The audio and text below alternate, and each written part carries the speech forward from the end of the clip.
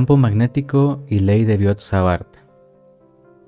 La naturaleza fundamental del magnetismo es la interacción entre cargas eléctricas en movimiento, a diferencia del campo eléctrico, que actúa sobre las cargas eléctricas estén en movimiento o no.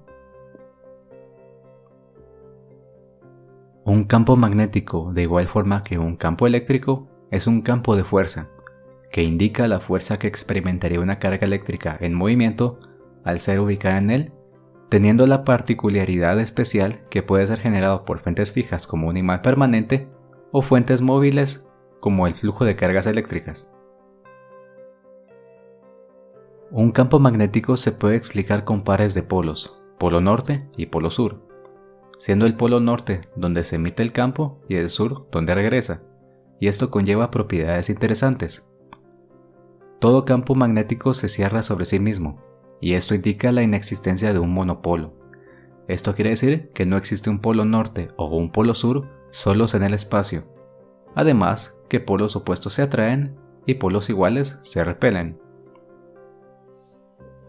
Existe una gran simetría entre el campo eléctrico y el campo magnético al ser ambos campos de fuerza.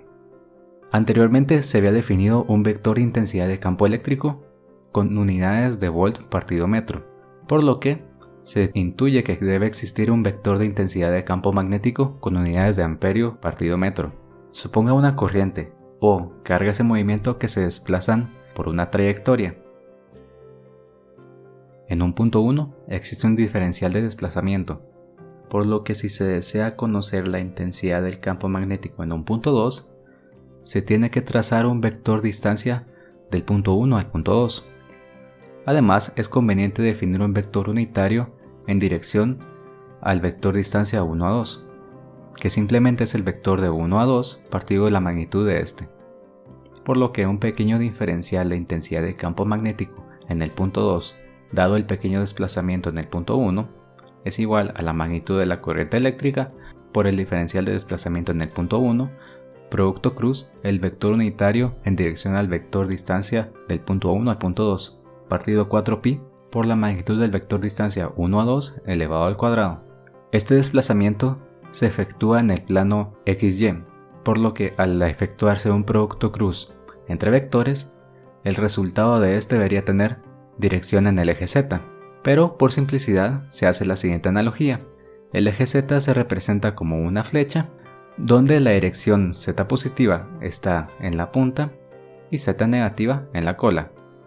Además, si la trayectoria que sigue la corriente es una trayectoria cerrada, se tiene que la intensidad total del campo magnético en el punto 2 es igual a la integral cerrada de la siguiente expresión, la cual es la ley de Biot-Savart.